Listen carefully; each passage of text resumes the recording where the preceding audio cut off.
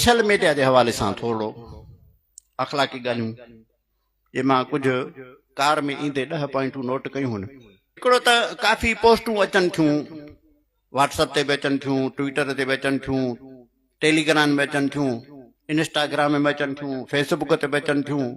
घणा आहिनि जेके तरीक़ा अञा त यखलुक माला तालमून अञा वधंदो कमु। त बिना तस्दीक जे का बि पोस्ट शेयर न करियो पंहिंजे अकाउंट में। जेका बि ॻाल्हि अचे त तव्हां हणी था छॾियो, माना कूड़ में शरीक था थियो न।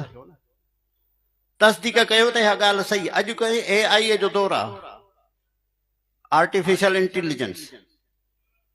उन ज़रिए सां अलाए माण्हू छा छा थो ठाहे ते सची आहे तस्वीर या नी। हिकिड़ो त तस्वीरूं शेयर न कयो था त घटि में घटि तस्दीक शुदा त हुजे।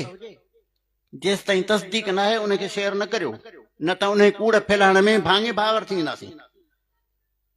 ॿी ॻाल्हि त कंहिंजी निजी ज़िंदगीअ खे शेयर न करियो।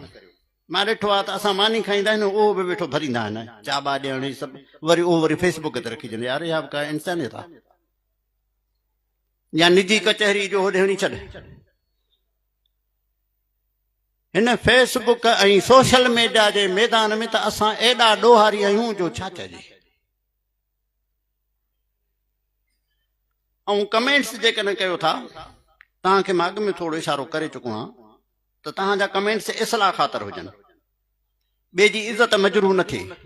बहितर उहा त हुनजी ग़लती जेकॾहिं आहे उमूमन हूंदी आहे कीबोर्ड जी ग़लती, थी सघे थो त हुन खां थी बि हुजे त उनखे पर्सनल में इनबॉक्स में या पर्सनल फोन करे या उनखे मैसेज करे इस्लाह कयो, उहो पाण ई ठीकु करे छॾींदो उनखे। ऐं पंजी ॻाल्हि जेका मां सोची आहे उहा आहे त तव्हां पंहिंजनि नंढड़नि ॿारनि जूं तस्वीरूं शेयर न करियो। नज़र थी लॻे, नज़र बद लॻे थी।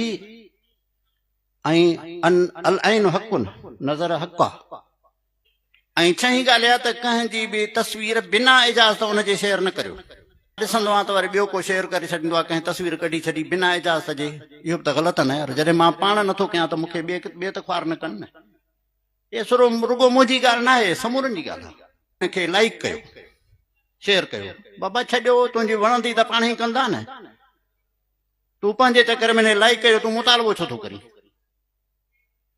इहे मुतालबा बि न करणु खपनि। अठी ॻाल्हि आहे त फेक पोस्टूं जेके हुजनि उनखां बचो, उनखे संगत खे बि न ॾेखारियो, उनखे अवॉइड करियो। नई ॻाल्हि जेका इंतिहाई ज़रूरी आहे, अॼुकल्ह ॾिसो था त फेसबुक ते मौलाना फज़लुर रहमान जे ख़िलाफ़, जमीयत जे ख़िलाफ़ काफ़ी गंद हले थो। त पोइ उन में मां पंहिंजे JUI जो मेंबरनि खे ॾिठो आहे जेके कमेंट लिखंदा आहिनि, कार गंद खां कोन था मिलनि। सभु वेठा आहियो, इहा ॻाल्हि ॾाढी ख़राबु आहे। बाबा हुन त गंद कयो, किन कयो, हाणे उनखे बि जवाब जेकॾहिं असां कार गंद सां ॾियूं त पोइ हुननि में असां में फ़र्क़ु कहिड़ो? बल्कि मां त चवां थो त कॾहिं हुननि जी पोस्ट फज़ीलत वारी हूंदी आहे, असांजो जवाबु बदफ़ज़ीलत हूंदो आहे। पोइ तव्हांजे बारे में असांजे बारे में जेको तअसुर वेठल आहे उहो त ख़राबु थी वियो नी। हिकिड़ो त उनखे जवाबु न ॾियो, का ज़रूरत कान्हे। जेकॾहिं जवाबु ॾियो त अख़लाक जे दाइरे अंदरि ॾियो, फ़हश गोई न कयो, बद गोई न करियो। इहो फेसबुक ते लिखो था उहो ज़ुबान में अची थो वञे, उन जो ॼण त आहे अकस आहे ॼण। ॾहीं आख़िरी ॻाल्हि सोशल मीडिया जे हवाले सां आहे त घणो वक़्तु सोशल मीडिया खे न ॾियो। बाबा ॿिया बि कुझु कमु करियो। हाफ़िज़ पढ़ाए थो त पोइ त वेठो मोबाइल ॾिसे, उस्ताद पढ़ाए थो त बि वेठो थो मोबाइल ॾिसे। पोइ हिकिड़ो वक़्तु मुक़ररु कयो, अधु कलाक खनि। घणो वक़्तु न ॾियो, न त हीउ ॾाढो फ़सादी कमु आहे ऐं ॾाढो ख़राबु थींदासीं। अॻिते त अलाए छा थींदो। जेतिरो वक़्तु बचायो इन खां, पाण खे बचायो तेतिरो बहितर। इनखे मुफ़ीद बि इस्तेमालु करे सघिजे थो, पर इनखे वक़्तु घटि ॾियो। पोइ बहानो त इहो आहे साईं असां तबलीग था कयूं, हीअं था कयूं, पर पोइ उन मां कहिड़े पासे खां केॾे वञूं था उहो तव्हांजी दिलि ऐं मुंहिंजी दिलि ॿुधाए थी। वधीक बयानु करण जी ज़रूरत कान्हे त किथे किथे वञी पहुचूं था। इहे चंद ॻाल्हियूं जेके सोशल मीडिया जे हवाले सां